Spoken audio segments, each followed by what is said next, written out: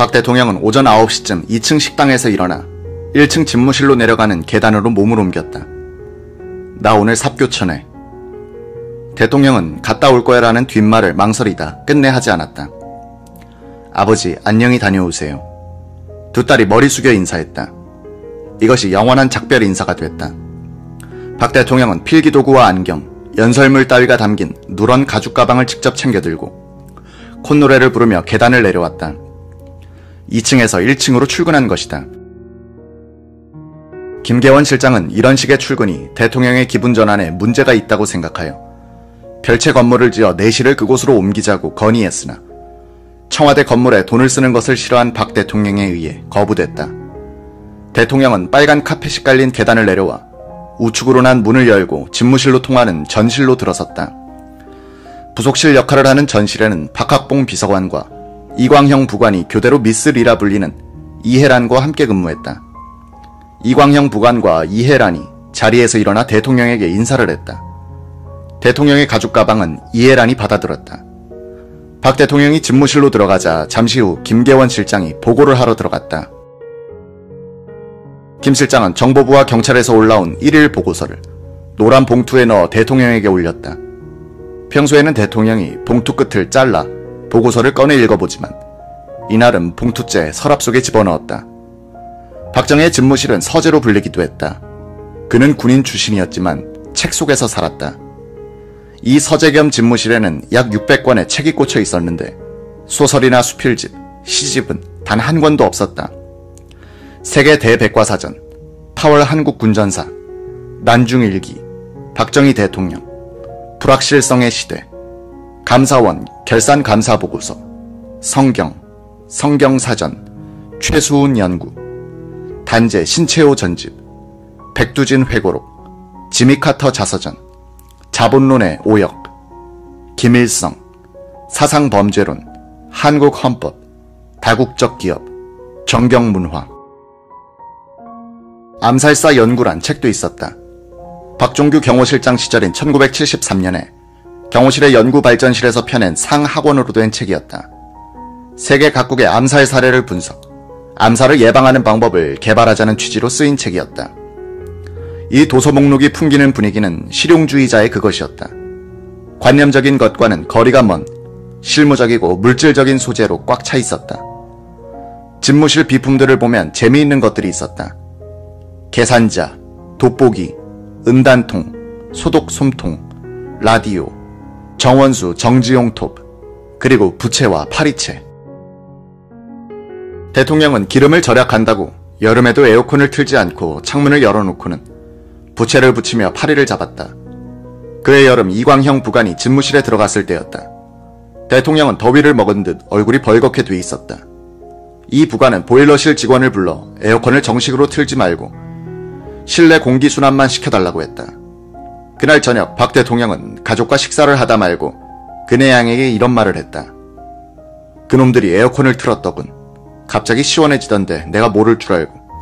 앞으로는 절대 틀지 말라고 해. 비품 중에 재떨이가 없었던 것은 박 대통령이 말년에 금연을 선언한 때문인데 간혹 한 개비씩 피우기도 했다. 대통령은 가끔 부속실 직원에게 담배를 가져오라고 하여 개비 담배를 빼내 피웠다.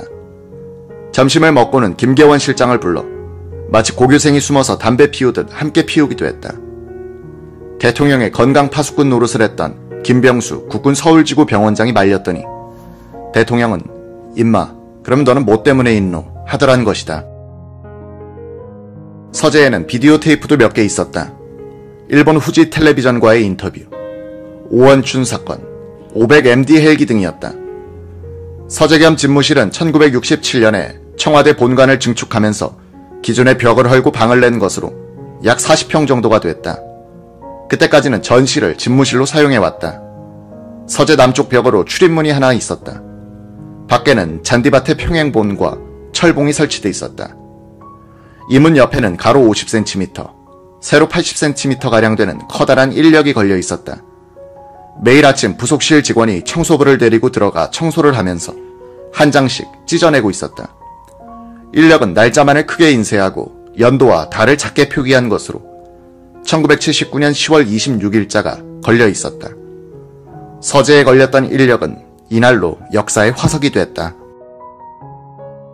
이날 오전 9시 20분경 김 비서실장은 보고를 마치고 집무실을 나왔다. 이때부터 대통령은 그날 결제할 서류를 모두 처리하고 일상적인 여타 업무도 거의 다 정리했다. 얼마 후 둔중한 프로펠러 소리가 점점 가까워지고 있었다. K-16 성남 비행장에서 이륙한 세대의 청색 UH-1H 헬리콥터가 청와대 동편으로 날아와 지하 벙커 지붕 위로 내려앉고 있었다. 오전 10시가 막 넘어설 무렵이었다. 헬리콥터가 착륙한 직후 전실 입구 복도에 차지철 경호실장과 천병득 수행과장이 도착했다. 김계원 비서실장도 2층 집무실에서 복도로 내려왔다. 비서실장을 본 차 실장은 들으라는 듯 이렇게 중얼거렸다.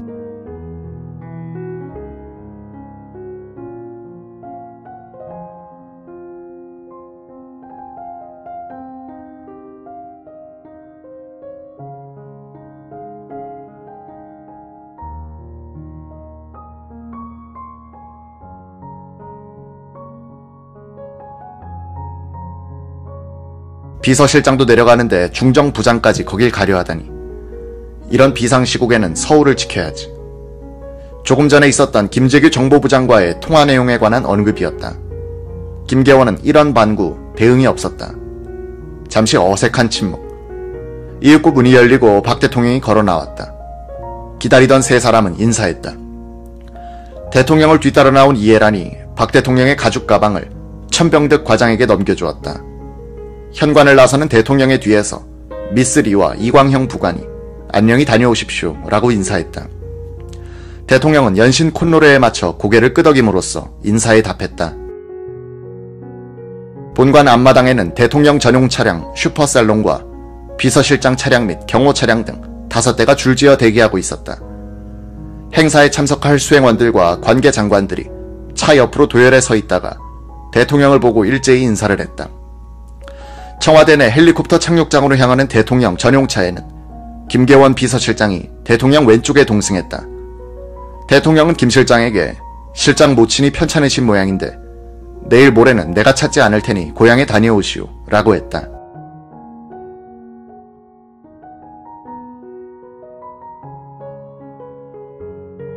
청와대 내 헬기장에서 세대의 헬리콥터가 이륙한 것은 이날 오전 10시 30분쯤이었다. 3호기에는 보도진, 2호기에는 수석 비서관들과 경호실 수행팀이 탔다. 대통령이 탄 공군 1호기는 승무원을 포함하여 정원이 13명이었다. 앞에 4자리는 조종사, 부조종사, 정비사, 공군 연락관 차지였다. 그 뒷자리에 박 대통령이 앉았다. 대통령 좌석에는 쌍안경과 큰 지도가 놓여 있었다.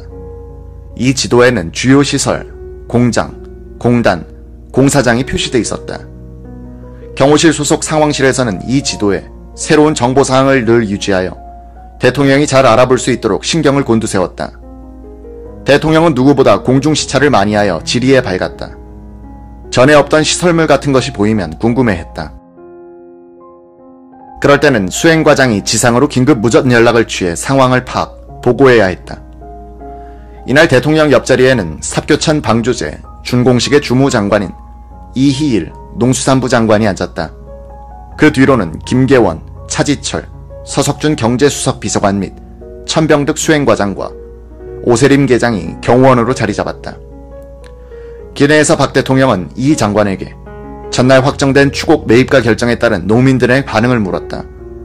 추곡 매입가 결정 과정에 우여곡절이 많았다. 경제기획원에서는 전년 대비 10% 선의 인상을, 농수산부에서는 20% 이상의 인상을 주장하여 좀처럼 결말이 나지 않았다. 신현확 경제기획원 장관 겸 부총리와 이 농수산부 장관이 대통령 앞에서도 합의를 보지 못하자 대통령이 일방적으로 인상률을 22%로 결정했다. 박 대통령이 농민들에게 주는 보너스라고 표현된 선심 때문이기도 했지만 대통령은 이날 무척 기분이 좋았다. 박 대통령은 농촌 시찰에 나서면 언제나 신이 나는 사람이었다. 비행 중에 박 대통령은 쌍안경으로 지상을 두루 살폈다. 반월공단 위를 지날 때는 자신이 펼쳐보던 지도와 일일이 대조하기도 했다.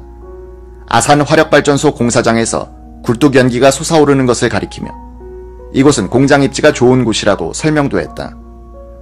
김계원 실장은 대만 대사로 오래 근무하여 국내 사정에 어두웠다. 박 대통령은 김 실장에게 그동안의 업적을 자랑하듯 지상의 변화를 이야기하고 있었다. 경지 정리가 잘 돼 있고 막 추수가 끝난 농촌 지역은 평화로웠다. 헬기가 당진 예산 상공을 지날 때 김 실장은 대통령에게 말을 건넸다. 카카, 초가집이 다 없어진 줄 알았는데 저기에는 남아있지 않습니까?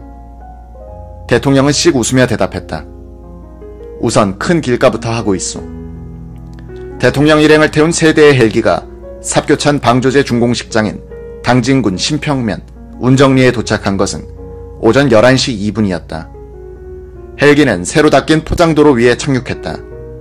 헬기에서 내린 대통령은 도열한 현지 주민들로부터 박수를 받자 활짝 미소를 지으며 손을 흔들어 답례를 했다. 넓은 공터에 설치된 단상까지 약 50여 미터를 걸어가 단상 위로 올라섰다. 관계 공무원들과 근로자들이 도열해 있었다. 행사장 앞줄에는 마을 노인들이 한복을 입고 참석했다. 대통령은 방조제 건설 유공자 표창을 한 뒤 약 8분에 걸친 치사를 낭독했다. 대통령은 국토개발이 국력의 원천이며 오는 83년부터는 홍수와 가뭄이 없는 농촌이 될 것이다 라고 연설했다. 목소리가 예전 같지 않았다. 이희일 장관은 의아하게 생각했습니다. 쇳소리 나는 특유의 카랑카랑한 음성이 아니고 그날은 힘이 좀 빠진 듯 했어요. 나이를 드신 때문인가 하고 생각했죠. 라고 했다. 경호실 수행과장 오세림은 목감기 때문에 저런가 하고 생각했다고 한다. 당시 수행과장 천병득은 그날 바람이 세게 불었는데 바람 소리를 제거하기 위해 방송국에서 오디오 시스템을 조작한 때문이 아닐까라고 했다. 박수 속에 치사를 마친 박 대통령은 단상에서 내려와 테이프 절단식장으로 발걸음을 옮기면서 참석자들의 환호에 손을 흔들어 답례했다. 그날 맨 앞줄에 참석한 노인들 가운데는 갓을 쓴 이들도 보였다. 대통령은 동행하던 측근들에게 이런 말을 했다. 이 고을의 원로 어른이 어디 계신가? 이런 경사에 같이 모셔야겠지. 가서 모시고 오게. 천병득 수행과장은 즉시 무전으로 경호원들에게 지시했다. 손수익 충남지사도 부하 공무원들에게 재촉했다. 이들이 마을 이장을 통해 원로를 찾는 사이 대통령은 노인들이 서 있는 곳에 다가가 연세가 제일 높으신 분은 나오셔서 저와 함께 테이프를 끊으시죠 라고 직접 말하기도 했다. 테이프 절단식장은 방조제 입구에 마련돼 있었다. 대통령은 가위를 받아 이휘일 장관 등 관계 공무원들과 함께 테이프를 자르기 위해 줄을 섰다. 그동안 합덕읍에 사는 이길순 노인이 그날 참석한 사람들 중 가장 연로한 사람임이 밝혀졌다. 하얀 턱수염에 돋보기를 끼고 새마을 모자를 쓴 한복 차림의 이 노인은 몸둘 바를 모르며 대통령 곁으로 다가가 인사를 했다. 대통령보다 작은 체구의 이 노인은 주위에서 급히 마련해준 흰 장갑과 가위를 떨리는 손으로 받아들었다. 대통령은 한 손으로 이 노인이 자를 오색 테이프에 한 허리를 들고 미소를 머금은 채 잠시 기다렸다. 긴장한 이 노인의 오색 테이프는 좀처럼 잘려지지 않았다. 대통령은 한방 웃음을 터뜨리며 가위질을 도와주었다. 주위에서 박수가 터졌다. 대통령은 자리를 뜨지 않고 잠시 이 노인의 등을 어루만지며 올 농사는 잘 지으셨겠죠. 댁내도 모두 편안하시고 라고 안부를 물었다. 박 대통령은 버튼도 같이 누르시죠 하며 이 노인을 끌었다. 박 대통령은 배수관문을 여는 버튼을 눌렀다. 이 순간을 잡은 것이 그의 마지막 공식 사진이 됐다. 버튼을 눌러도 삽교호에 막혔던 물이 관문을 통해서 서해로 쏴 빠져나가는 장면은 두개 가려 보이지 않았다. 대통령은 옆에 있던 이희일 장관에게 어디야 어디야 라고 물으면서 두리번거렸다. 박 대통령은 배수관문이 열린 삽교천 방조제 위로 걸어가 관문 사이로 물이 빠지는 것을 구경했다. 그리고 이희일 장관과 함께 승용차로 3360m의 방조제 위를 달렸다. 이 장관은 방조제 도로 옆에 자란 잔디가 몇 달 전에 씨를 뿌렸던 미국산 켄터키 블루라고 설명했다. 건너편 아산군 쪽에 도착한 박 대통령은 담수비를 제막했다.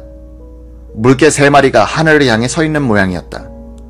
비를 감싼 흰 천이 세찬 바람에 휘감겨 있어 박 대통령이 줄을 잡아당겨도 벗겨지지 않았다. 급기야 수행 경호원들이 비 위로 올라가 천을 벗겨내려야 했다.